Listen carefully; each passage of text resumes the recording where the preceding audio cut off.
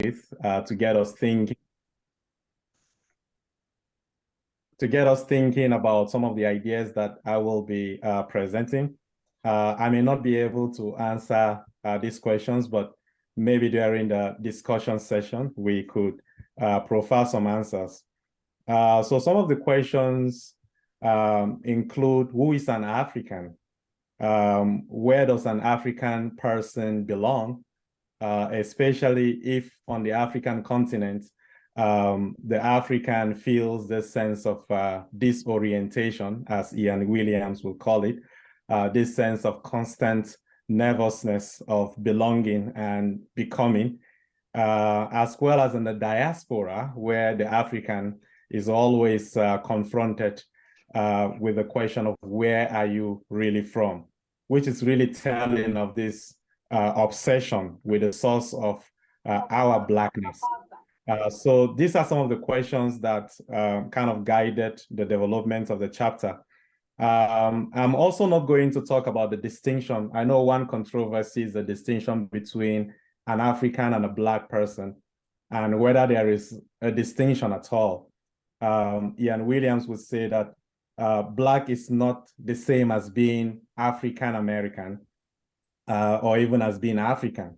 But with specific reference to African American, he says African American is a brand of Blackness, so popular, so powerful, and so performable that it relegates other diasporic brands to the negligible cultural margins.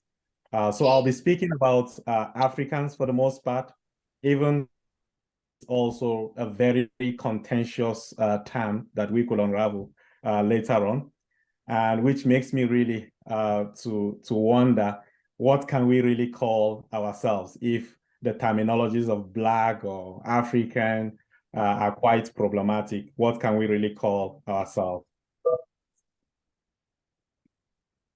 So the assumption about Africa and its people have taken demeaning turns and forms, particularly in Western historiography.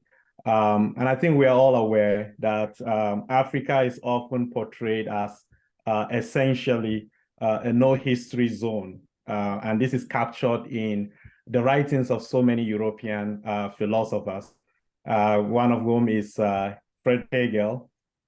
In the 1830s, he asserted that Africa is no historical part of the world, that Africa existed outside of time. And we have seen other European, leaders echo this belief since then, and particularly in 2007, the former French president Nicolas Sarkozy, while on the soil of Africa, said the tragedy of Africa is that the African has not fully entered into history, and that neither room for human endeavor nor the idea of progress were to be found in Africa. Now, the omnipresent red thread running through such narratives about Africa speaks about a supposed dark, stagnant continent where savagery had remained the order of the day until, of course, the Europeans came, or maybe we could even say the Arabs, until they came to provide the saving grace, couched as this divine project for the Black person to enter into communion with God, but also into communion with civilization, which is really two sides of the same coin. So there has been a flowering of Black scholarship to counter that kind of narrative on revising the African past. And maybe on this issue of the African past, we may want to maybe note some caveats that the African past is not a single unchanging history, but as a guide to unravel what that past constitutes and what had been lost in order to reclaim it. So a lot of scholars have been engaging with this whole idea of the deep past of Africa. Some would call it a pre-colonial Africa. Again, we're going to come back to that terminology. So writers like Walter Rodney notably pointed to budding city-state, expansive kingdoms and empires to reject the notion of Africa's decadent past. So the pre-contact era, and I prefer to use the term pre-contact rather than pre-colonial, as I would explain a bit later, it can be credited not only with giving rise to many scientific developments, engineering, mathematics, architecture, medicine, but also with important early political developments such as state formation and monarchy. Some of the world's great civilizations, such as the Kush, the Axum, the Mali, the Great Zimbabwe, they also flourished in what today is Africa in the years between, or rather before the 1500s. In this early period, Africans participated in extensive international trading networks and also in transoceanic travel. And certainly, some African states had also established important trading relations with empires elsewhere in India, in China, and other parts of Asia long before these were disrupted by European intervention. But in as much as we acknowledge the existence of these African states and civilizations, I think by implications, these empires also had their fair share of colonizers. So let us not be blinded by how slavery in the 1500s or modern colonization in the 19th century have dominated our imaginations, that they have now distorted how we see many aspects of our history. So what we set out to do in this chapter is to problematize the dissociated African identity that has been created by this pre-contact and colonial phase of our history. And I will begin by presenting a few cultural, political, and confessional characteristics of some African societies. I'm not speaking for Africa or Africa as a civilization. So I'll be speaking about some aspect of African culture or confessional characteristics, and then I will trace the roots of identity disruption or disorientation on the African continent to both internal but also external colonial exploits, such as the wars of conquest in Southern Africa or even the jihads in parts of West Africa. We are going to end by reflecting on belonging and identity in the post-colony as shaped by these legacies. So the first stage here is the pre-contact and the colonial phase. Now, we call it the pre-contact because the term pre-colonial is seen as representing Africa as a simple place, as homogenizing its peoples and their history and treating their politics and thought as if they were uncomplicated. Africa, of course, was a very complicated setting, and it also carries the idea of pre-colonial Africa also carries the implicit assumption that there was no traces of colonization or slavery on the African continent, and we want to try to avoid this kind of idea. Another important thing to add here is that before the year 1480, when the Portuguese came to West Africa, the people of the continent had little notion of this collective identity that we talk today of themselves as being African. And indeed, according to Howard French, African was a label, a moral, or rather African was, or as a label or a moral political community, was still awaiting invention. So it had not yet been invented around the 15th century. So in other words, there was no African then, as we claim, there is one now. And I would even argue that the idea is still under construction, which again explains the title of this conversation today, Becoming African. So although we talk about the pre-colony or the pre-contact, the colonial and the post-colonial stages, another thing to note is that there was continuity from one phase to the other, which I will be highlighting, beginning with the notion of gender and religion. So in terms of gender, and there is a reason I'm going back to the past of Africa, because we want to see whether there are some aspects of the African culture that had been lost, right? And if there is a way that this culture could be reclaimed. So on the issue of gender, women's role in some parts of pre-contact African society was not based on a strict bifurcation of the genders. And there were, of course, gender divisions in terms of labor, but these differences were not placed within a hierarchical ranking, but rather as complementary aspects of human relations. But the European social model was decidedly patriarchal, which was an integral component of colonial rule. And it was, after all, the white European men who would make decisions during that epoch, and who could also decide the fate of people and their resources. The two obvious long-standing consequences from this include the adoption of a male hegemonic worldview that posits that men ought to assume headship of any aspect of society, as well as a narrow binary approach to gender that only acknowledges female identifying and male identifying individuals while negating or criminalizing anybody else. So when faced with these female identified individuals as powerful as male identified ones, European colonization simply silenced those figures rather than question the social construction of gender. Scholars like Oyoronke Oyewumi documented evidence from pre-contact times which corroborates how high political responsibilities were not only reserved to men. And a lot of research about this has been carried out with regards to the Akan culture in Ghana. But despite this, European colonizers sought to reproduce their patriarchal society to ensure that any political responsibility would only be granted to male-identified individuals. We use the Akan example to also conclude that although women had significant agency in important cultural events, certain leadership positions and rituals in pre-contact Africa were reflected through the performance of male-associated behaviors and attributes. So there were women who were responsible for certain rituals that were called ritual men.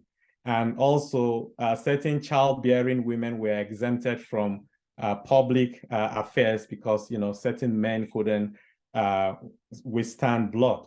But it is also important to analyze, aside gender, the role of religion in exposing the contradictions of Eurocentric discourse about Africans. And this is something I'm sure we are familiar with, that prior to the arrival of Islam and Christianity, Africans worship various deities. And these deities represented either the magnificence of one supreme being or even many supreme beings for that matter. So because African religions did not satisfy European conceptions of monotheism, African religions were demonized as paganistic forms of worship. James Baldwin, there is a quotation here by James Baldwin, which I think is quite telling of this situation. And he says in his book, The Fire Next Time, that I'm far from convinced that being released from the African witch doctor was worthwhile if I am, in order to support the moral contradictions and spiritual aridity of my life, expected to become dependent on the American psychiatrist. It is a bargain that I refuse, but I'm sure it is a bargain that many on the African continent have not yet refused. But nonetheless, Christianity became a medium for the European colonizers to associate representations of white European people with divine ancestry. So if God, and indeed all the angels, are Europeans, and if God created man in his own image, as stated in the book of Genesis, then one can only conclude that God ought to be a white European man, and that by extension, white European men, and any white person for that matter, also hold divine powers. Whereas Fanon argues the conception of the devil is black. Satan is black. One talks of darkness when you are filthy, when you are dirty, darkness, obscurity, shadows, gloom, night, the labyrinth of the underworld, the murky depths, all the adjectives, negative adjectives used to describe black. So simply put, the black man symbolizes according to Fanon, the essence of evil, or at best, a sexual animal that the missionaries, as James Baldwin argues, wanted to cover their nakedness and hurried them into the pallid arms of Jesus and hence to slavery. So these are cultural, impositions of white civilizations that have become part of the African collective unconscious and becoming.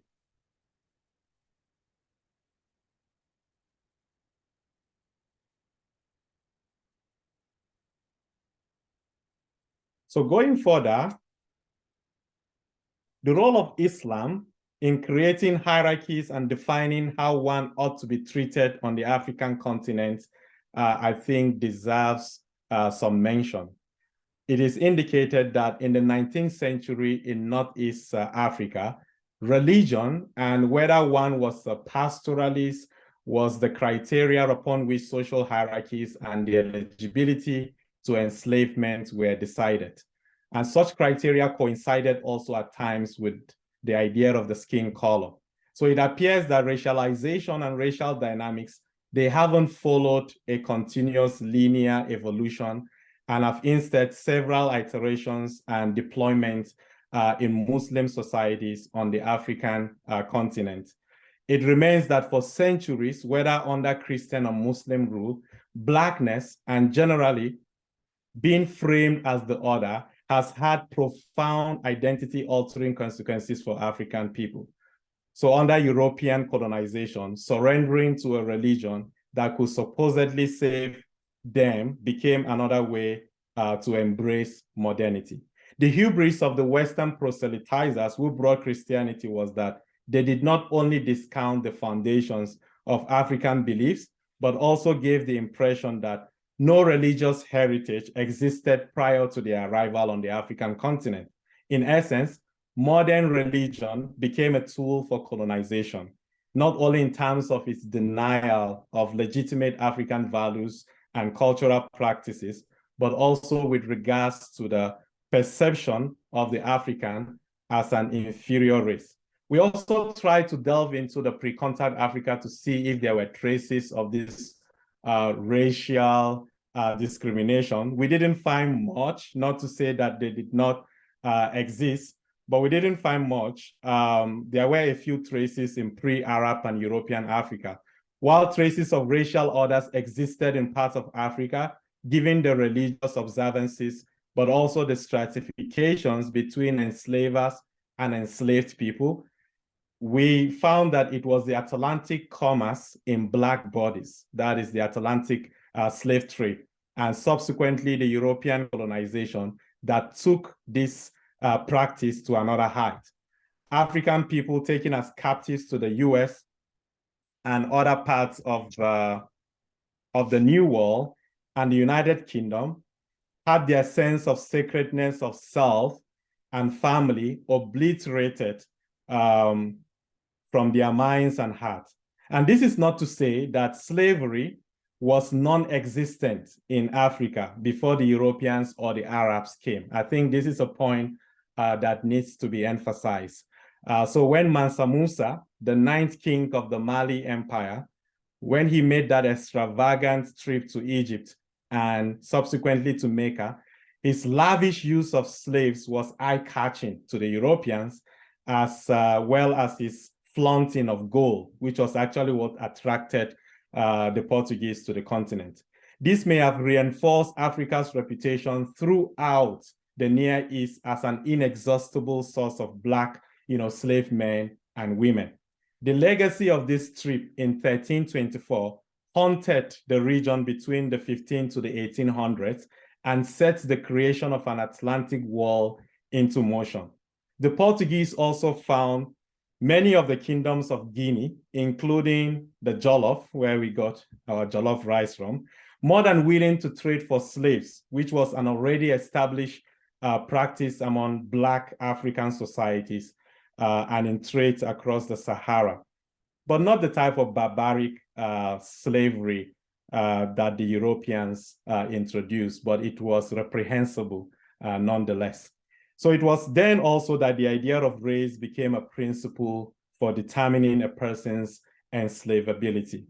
So it was the Blackness of Africa that offers the convenient rationale of a categorical difference from white, something that became a prime justification for a new, soon-to-be dramatic expansion of slavery.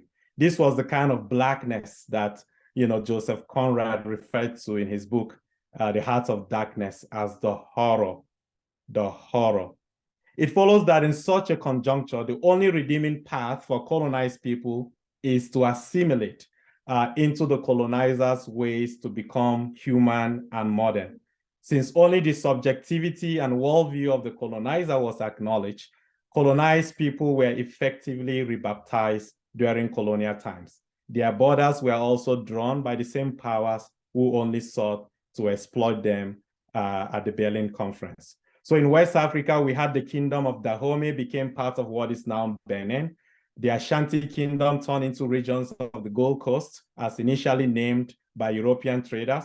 In Southern Africa, the land of the Nama, the San, and the Damara peoples first became German Southwest Africa, and then Southwest Africa subsequently. Of course, the Gold Coast was renamed Ghana following independence. Southwest Africa became Namibia, Rhodesia became Zimbabwe, but Nigeria is still Nigeria, and South Africa is still South Africa, as well as so many of those formerly colonized states. In places like Rwanda, colonizers sought to emphasize trivial phenotypical differences in their pseudo classification using absurd markers such as the height and the shape of the nose. But I should also point out that we shouldn't give the Europeans a lot of credit for inventing identities.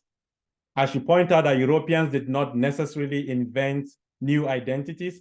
African cultures had their own processes of differentiation and identification prior to the inroads of the Europeans in most part of the continent.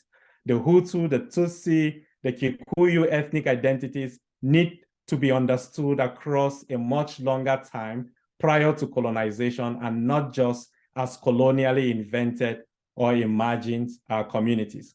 What is at issue is not the existence of ethnic identities or their invention, but rather any amped up rivalry and animosity that has been colonially engineered to facilitate the divide and rule, or what Mahmoud Mamdani calls the define and conquer exploitation of sovereign people and their resources.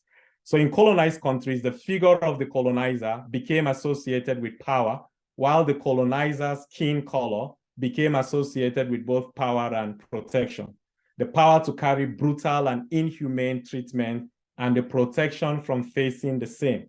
So one could even argue that such obsession with skin color can be traced back to slavery, when a lighter hue in a Black individual indicated a potential genetic tie with a white master, and therefore some entitlement to his brutalizing powers.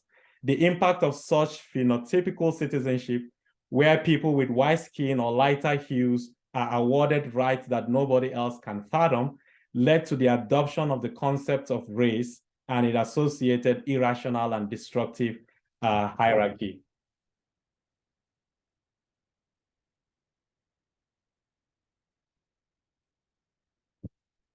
Okay, I'm not sure if I'm being heard. I'm trying to check the chat. I could see some messages coming in. We can hear you. We can hear you. Okay, all right, sure. So in such a paradigm, closeness to white skin is read as closeness to the colonizer and distance from the enslaved. So with a relatively light skin color, one is suddenly no longer automatically condemned to being lumped with the animals, denied humanity, and treated as an object. Instead, one can hope to pass and be mistaken for a white person. Now, I'm writing a memoir, and in this memoir, I made an observation with regards to the Igbo society. In some ancient Nigerian societies, light-skinned babies were believed to have come from the marine world because Mami Water, the marine queen, is pictured as a light-skinned, beautiful woman with long, cascading hair. So this meant her children would naturally take after her color. If their behavior was deemed suspicious, those kids were made to undergo some form of rituals or deliverance to sever ties with the Mami water. Now, in a typical African society, light skin denotes beauty. And so today we hear the idea of Black beauty, which to me seems like a consolatory adulation for a dark-skinned person, and especially a dark-skinned lady. It suggests that despite her melanin skin, she still turned out beautiful. So the Igbo, they have a concept called Ochaka or Amaka, which literally means one who is fair as if they are beautiful. It is an Igbo derogatory term for a fair person who fell short of the natural beauty expectation for fair people. But then the irony, and maybe Christiane can speak about albinism later, the irony in all this is that people living with albinism who are at the apex of the African color profile, they face life-threatening discrimination on a daily basis. So in contemporary post-apartheid South Africa, skin color has also been used to justify violence against Black Africans from the rest of the continent. It has been reported that certain South Africans believe they are different from other Africans because they allegedly have lighter skin, unlike other Africans who are supposedly darker, dirty, and smelly. The concept is makwere, which means foreigner, or those who are incapable of articulating the local languages. So such narratives crystallize some internalized hatred of Blackness and the association of Blackness with undesirable characteristics. It is worth highlighting that colonial ambitions and pertaining dramatic consequences were not left unchallenged. And it is important that we underscore this. And this was illustrated in the multiple uprisings against slavery and colonial rule, both in the New World, in the Americas, but also on the African continent. We could talk about the Nandi Rebellion by the Kalenjin in parts of Kenya, the Mau Mau also in Kenya, the Mad Mullah of Somaliland, the Igbo, and specifically the Aba Women Riot, resistance to colonization by the Fulani and the Hausa in northern Nigeria and southern Africa, even though a lot of these protests didn't really amount to much, but it is worth highlighting that colonial ambitions also face this resistance. So such a course of events indicates not only the agency of the Africans, but once again, exposes the European hegemonical project as one that place its own people as eligible for sovereignty and freedom while violently punishing the resistance and obliterating the agency of the Africans. So given this mixed history and events, what can we then say the African has become or is becoming in the post-colony? Who are we, for those who identify as Africans or Black? Who are you when you say you are African or Black person? What have we become? According to James Baldwin, we are still living with European inventions, and we don't actually need James Baldwin to tell us this. But what he says is that independence in Africa, as well as the idea of integration in the US or multiculturalism in Canada, they are all lies. The colonial Eurocentric discourses about Africa and generally about non-European context, they have deliberately also remained silent on some of the accomplishments that I mentioned at the introduction of pre-contact Africa, the social structures and socio-political organizing of societies that were to be colonized and westernized. Both Africans and the Europeans have remained silent on this. These discourses have also remained silent about the contributions of Africans to the making of the modern world, that the modern world was created out of the sweat, the blood, and the gold of the Africans. Instead, these discourses describe the continent as a European construction of alterity, of negation, and inferiority. The solution-driven agendas of the past imperial age or modernity seems to also have no place for the realities of Africa's deep past, whatever that means, and if we know what that past is about. The past is mostly only romanticized as something to be recounted in stories with no consequence to the real business of policy and solutions in the here and now. So Africa is still emerging by its own handlers and by outsiders as a region devoid of history, of philosophy, of social economic progress, a decadent continent rescued by the arrival of Western colonization and present-day corporations, and also the latter-day corporations, because in many ways, colonization was carried out through the corporations. The focus on slavery to the exclusion of the artistic, musical, scientific, and ecological inside of African societies, but also indigenous societies, leads to historical narratives that can alienate many Africans and people of African descent. Another issue relates to the framing of Africa and African people as the opposite of progress, of personhood, of spirituality, and civilization. This framing deepens the crisis or the nervousness of being and becoming. This nervousness describes how, with limited access to non-Western recounting of their past and origins, Africans, rather than reclaiming their own references to break free from a foreign and fabricated simile of identity, are relying and continue to rely on imposed and condescending colonial names and borders that effectively divided ethnocultural groups, resulting in present-day conflict. A huge example is in Cameroon, where people are still fighting on the basis of whether they could speak English or French. If being oppressed means the absence of choices, as Bell Hooks argues, then it can be said that oppressed Africans trapped in a long-lasting, dehumanizing colonial order have constructed, at least since colonization, not to say since European contact, psychological and physical barriers hinge on self-hatred, on the appreciation and dismissal of their own sense of being and worth.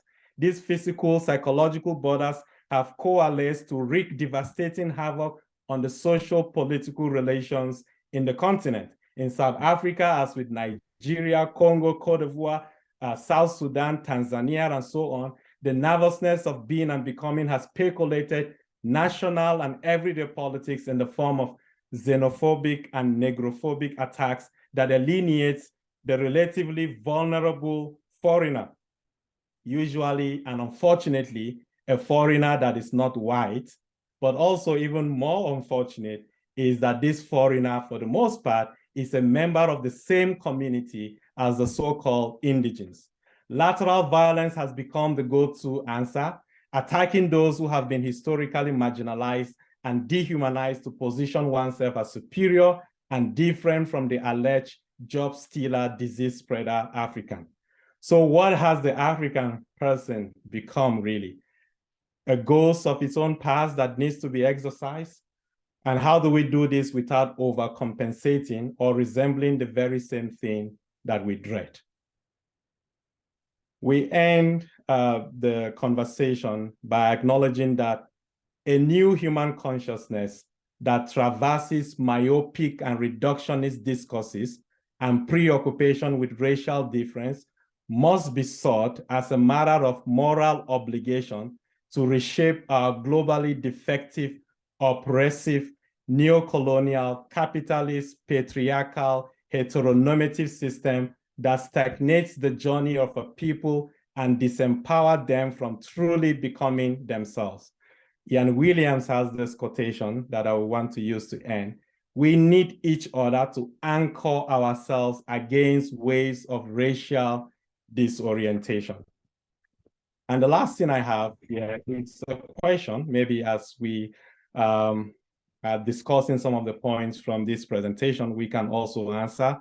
The question is, what would have happened to the political map of Africa and to Africans over time and the evolution of its people had the Europeans not arrived at the time they did? Thank you.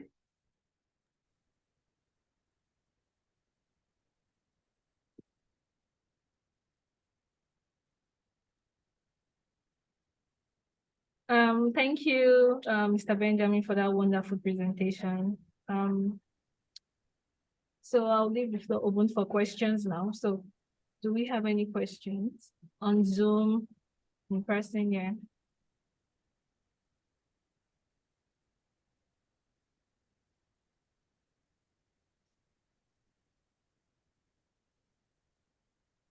I don't know whether Christiane is still here. She also participated in coming up with some of these ideas. So I don't know if she wanted to chip in. Hi, yes, I'm here. Hi, everyone.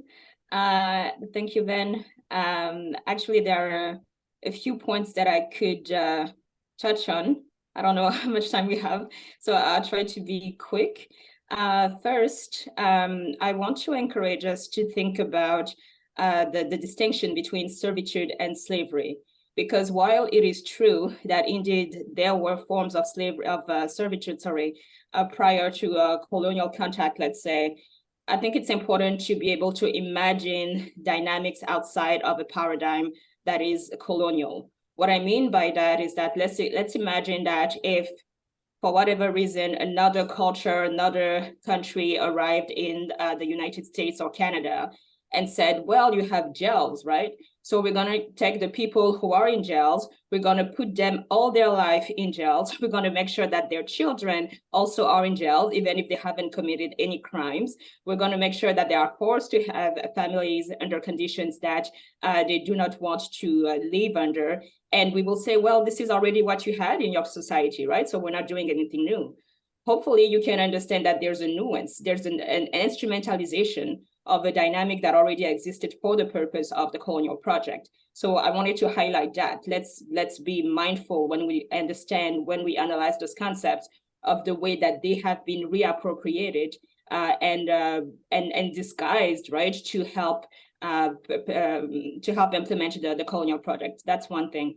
The other thing, again, in line with this, when we think about conflict nowadays in contemporary Africa, again, I think it's important to be mindful of the coloniality that we might also fall prey to. If we think about Cameroon, and I can speak to that, my family is from Cameroon, the conflict is not just about French and English. The conflict is really about an understanding of the project of a society. Essentially, for decades, people in the English-speaking parts have been advocating for a federal project, so essentially having some authority, local authority. Whereas, as you may know, the French colonial project doesn't work that way. Everything is centralized. So that's also one of the crux of the issues there. And again, I think it's important to add some nuances to that and understand that it's not just about languages, but also about essentially what kind of society do we want to be? How do we agree to coexist together or not? And that's the issue. Do we actually agree to coexist or not together, right? And that speaks to the fabricated and engineered identities that go with the colonial project. On the point of persons with albinism, thanks for bringing that out, Ben. I could say a lot, but essentially what I would just say is that it's important, and I think it's revealing to appreciate that people indeed with the fairest, lighter skin complexion in some African societies, because that's not true in the entire continent, but in many African societies, end up being literally commodified, fetishized, right? Like there's a market, and I'm sorry, it's going to get a bit gruesome, but there is a market for body parts of people with albinism. And what that tells us is that there is a link, even in the most bizarre forms, the most surprising forms, between whiteness, right? Not the ideology or the political paradigm of whiteness, but really the skin color, whiteness, and value, to the point that people will pay to get the body parts of a person with albinism because it is believed that it holds some sort of power, right? So I think it speaks to how the Black body has been so dehumanized, and the white body, or what seems to be closer to the white body, has been so elevated that even among Africans themselves, when somebody has a different complexion, in this case, people with albinism, they are seen as being eligible for commodification. And it is also worth knowing that prior to colonial contacts in the Kingdom of Congo, for example, people with albinism were seen as holding divine powers. And it isn't clear if it was because of their skin color or the fact that the birth of a person with albinism was statistically rare. But the point is, what I'm trying to say is that there have been different ways to approach, to understand people with albinism, but the fact that nowadays in a world that is a post-capitalist racist society, or should I say that is a capitalist racist society, it is not a coincidence that actually the skin of people with albinism can become commodified because of its closeness to whiteness. So something to think about. And finally, in terms of lateral violence, I was listening to you, Ben, and I'm also working on the negrophobia, so the violence against foreign African nationals in South Africa. I think it encourages us to ask ourselves, have we ever had a moment to redefine what it means to be Black, what it means to be African? Have we ever had a moment to reclaim that?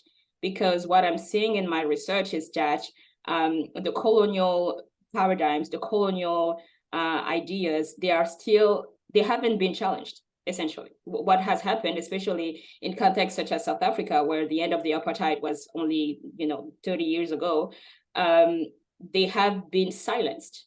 So they have never been a counter narratives to actually present African people or define African people, right? So it seems that colonial racist Eurocentric idea that the individual by excellence is a white person, a white heterosexual Christian man, and that the other is a Black person, specifically an African person, whatever that means, still informs the way people interact. So what that brings to mind for me is the need to maybe try to understand ourselves.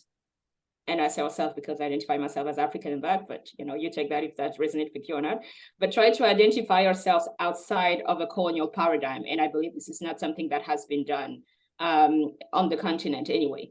We still have those colonial names of countries. We still have those colonial names of ethnicities and tribes. We still have those colonial languages. We still have those colonial flags.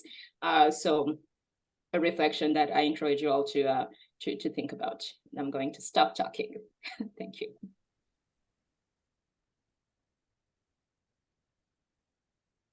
Thank you. Yeah, thank you so much for that. So we have a question in the comment section. It is, how can the slavery that existed in the pre-colonial be differentiated with post-colonial slavery? Post-colonial slavery. Maybe if the person who asked the question could shed some light on the post-colonial slavery. I know those terminologies also, like I hinted, are quite problematic. So I wanted to understand the period, the post-colonial. Or even the forms of slavery that they are kind of hinting at. Okay, is that my question? This is Charity. My phone went out and I had to join in with someone. I dropped in a question in the chat box. Yes, that's okay. Yeah. Yes. So I wanted to get clarification on the type of slavery that existed before the Atlantic slavery that happened, and then I was typing another question before my phone went out, and I wanted to also talk about the by whom question that comes up in conversations in regards to selling of slaves. So the recurring question, they be like, who sold them? And I'm like, what's your take on it in regards to Africans enabling slave trade? Thank you. Yeah, I mean, I think, Chris, you made mention of the distinction between slavery and servitude, that we should clarify that and not pin, slavery to African communities prior to contact with the Europeans. Now, of course, there were forms of reprehensible practices. Wars of conquest happened. The jihad in part of West Africa, in Southern Africa also by Shaka Zulu also had its own fair share. And aside the wars of conquest as well, many communities were usually at war with each other, and part of the tradition or custom or whatever you would call it was that people would be captured. And I think a good example is Things Fall Apart with Okonkwo and Ikemefuna. So people will be captured and, will be taken as, part of the spoils of war. And but what I found in my research is that the treatment of such people were not as harsh, right, as what the Europeans introduced. And the treatment of those people were not based necessarily on their skin color. They were not, it wasn't necessarily based on their dignity or worth. It's just part of that practice of war. And so a lot of the people captured would be put in farms to work and to help out with any other manual work. And over time, there is also the culture of assimilation. Those people might be assimilated and become part of the community that captured them, or there is also an agreement that could be made that they would be returned back. So those were the practices at the time that at least I'm aware of. And the Europeans, when they came, of course, there have been a lot of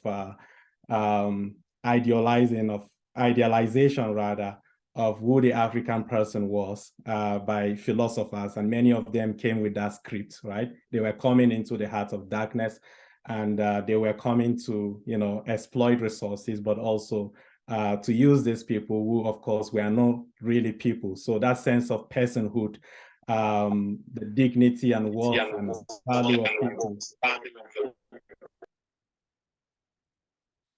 were kind of not taken into, they weren't respected. The African was not a person as far as the Europeans were concerned. So that would be the difference, I would say, in terms of the pre-contact slavery and the kind of slavery that the Europeans or even the Arabs, for that matter, initiated afterward. Chris, I don't know whether you wanted to expand on the servitude, just to clarify on that again. Sure, yeah. So I think I agree with everything you said, and I will maybe just highlight that essentially one of the main differences is how the person is conceptualized in terms of, the transatlantic slave trade. This is not a person. This is a good, right? That's the reason why you sell them and you can auction them and so on. Whereas prior to that, it is understood that this is a person that is captured as part of a war, right? So that means that that person is expected to contribute in some way or another to the society that has captured them, which also explains why there were, as Ben explained, possibilities to assimilate, possibilities to become part of that nation that had captured that individual, possibilities for their children to be citizen or of that context, right? So that's the one of the main differences, how the person was conceptualized as a good or as an individual who had been captured and therefore had different ways to assimilate into the society that had captured them. And of course, as Ben mentioned, what was the purpose of that? Was it to assert European hegemony or not, right? And I think that's pretty clear. In one case it was, hence why it didn't matter whether or not the person had committed a crime, had been captured in a war or not, but just the fact that they were a Black body that had to be exploited and dominated. That's what happened prior to colonial contact, after colonial contacts, whereas prior to colonial contact, this was not understood in that way because the function was not to have bodies that could be exploited to facilitate the European colonial project. So thinking about that, the conception of the person and the function of those practices.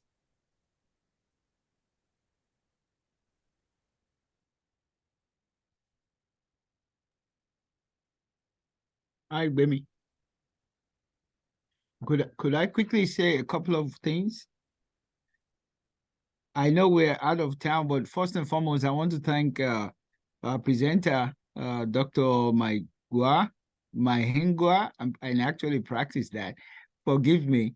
Thank you so much for your presentation. And it's been quite stimulating. I do have my own questions, but I think given the time limit, I would quickly just make two quick comments.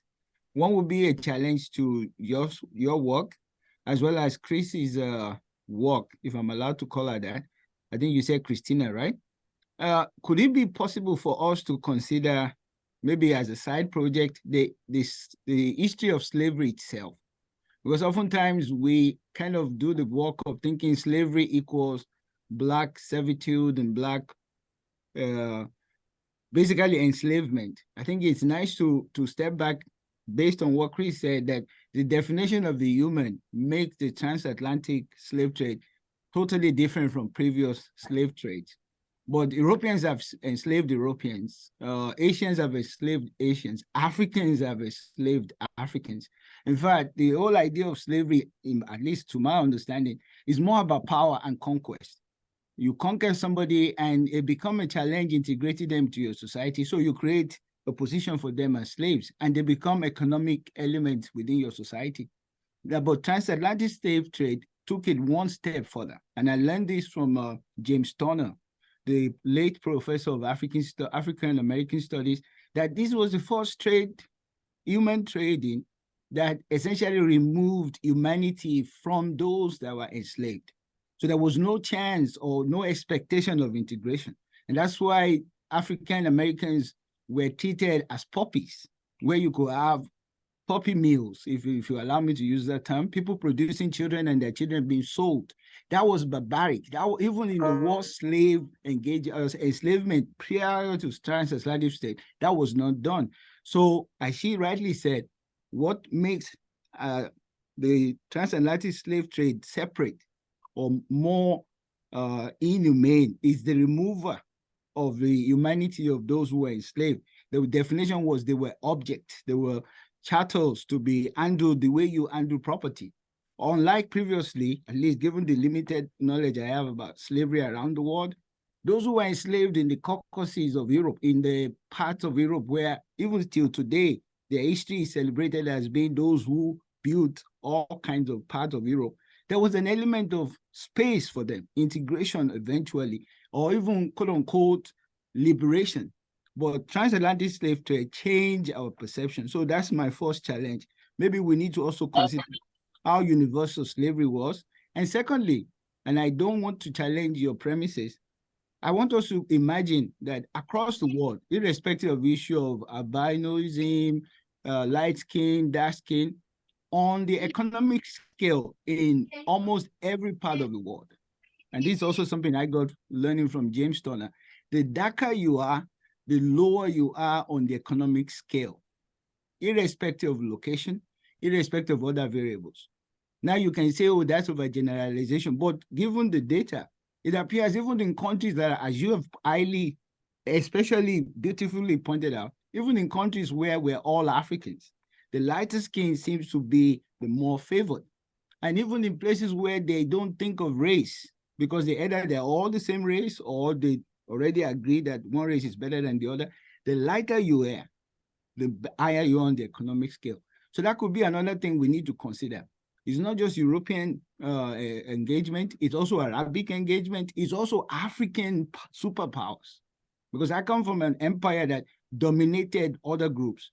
And even within that empire, given the work of Falola and Akin Ogundiro, the lighter your skin, the higher your status in economic, all other variables being equal. So there must be a question that we need to ask. What was it that, and I think you're already on the way, that drove this anti-Blackness or this anti-person of color? There must be a lot of reasons, and I think you've expertly highlighted a lot when it comes to the African continent. So rather than call it a challenge, I think I'm just calling it an encouragement to please continue with your work and hopefully expand it to other parts of the world, particularly the African diaspora. Because with African American society, a lot of the youth engage African American history from the starting point of violence. Can you imagine a group of people whose history is being told starting from slavery? And these are people of African descent. So I'm encouraging you to please continue with your work. I'm appreciating the effort, but I'm also asking that we consider the history of slavery universally, but also think about what is it that has driven the whole world to have this notion of Black is not beautiful, Black is bad. As you said, Baldwin said, Black represents the devil. Interestingly, if the devil is Black, then God must have some Black in him. Thank you very much for your presentation, and I wish you all the best. Hopefully we can get to have you come back and maybe you get a chance to read some of your work. So thank you so much for the presentation. Sorry, baby, I didn't want to round up, but I guess I've done it. Thank you. And if you will allow me, I'm not responding. I just want to conclude myself. Thank you so much, Dr. Ojo. I think in many ways we agree, and research is always open to criticisms, and they're well noted, and we actually we agree with you on so many of the things that you pointed out. One of the things that I would say in terms of carrying on with research on anti-Blackness, racism, and so on, and I've been confronted by a lot of students who come to me to say they are tired. They are tired of talking about Blackness. They are tired of talking about slavery. And also African scholars saying they are tired of being reduced, or rather their scholarship being reduced to Blackness or Black scholarship. People see you as a Black person and they conclude immediately that, all you can offer the world is Black scholarship, whatever that means. So how do we engage with, our history, this important part of our history, but also how do we engage with our present realities and, trying to change our human relations, without being reduced, to a strand of one aspect of ourselves. We've got a lot of work to do. And maybe I want to end with what Fanon, says about this. He also said that, haven't I got better things to do on this earth that avenge the Blacks, of the 17th century? And he concluded, and I'm quoting from his book, Black Skin, White Marks, that I, a man of color, want but one thing. May man, or people in this sense, never be instrumentalized. May the subjugation of man by man, that is to say, of me by another, cease. And may I allow to discover and desire myself wherever I may be. And that is also my hope for all of us today. Thank you very much for having us. Thank you very much, Benjamin. Thank you, Chris, also for that very insightful presentation. If we have any more questions, you can just send it to my email address and I'll forward it to Benjamin. So thank you. Thank you so much for joining. Thank you, everyone. Thank you. Thank you so much for having us. And thank you all for joining as well. Yes. Have a good day. Oh. Thank you. All right. Thank you. Yes. Bye-bye.